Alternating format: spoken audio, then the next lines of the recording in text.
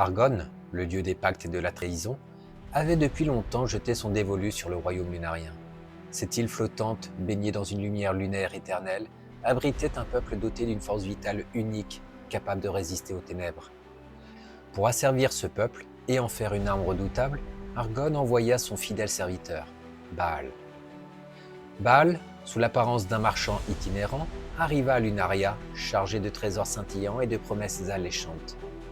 Il sut exploiter la curiosité innée des Lunariens et leurs désirs les plus profonds.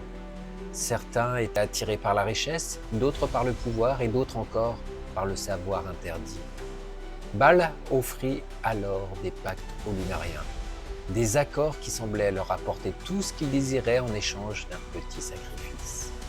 Ces pactes étaient en réalité des contrats ensorcelés, des chaînes invisibles qui liaient les âmes des Lunariens à Argon. Au début, les effets de ces pactes étaient subtils. Les Lunariens se sentaient plus forts, plus riches, plus sages. Mais petit à petit, leur nature changea. Ils devinrent plus égoïstes, plus violents, plus méfiants les uns envers les autres. La société lunarienne, autrefois pacifique et unie, commença à se disloquer. Baal ne se contenta pas de corrompre les individus. Il sema également la discorde au sein de la royauté lunarienne. Il suscita des rivalités, des jalousies et des complots, affaiblissant ainsi le pouvoir central. Lorsque le royaume lunarien fut suffisamment affaibli, Argon envoya ses légions des ténèbres attaquer la cité flottante.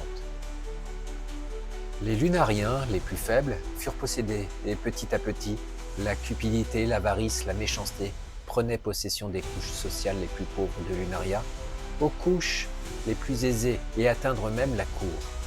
Les légions des morts vivants d'Argon disposaient ainsi des démons au cœur même des cités pour pouvoir renverser le pouvoir mis en place.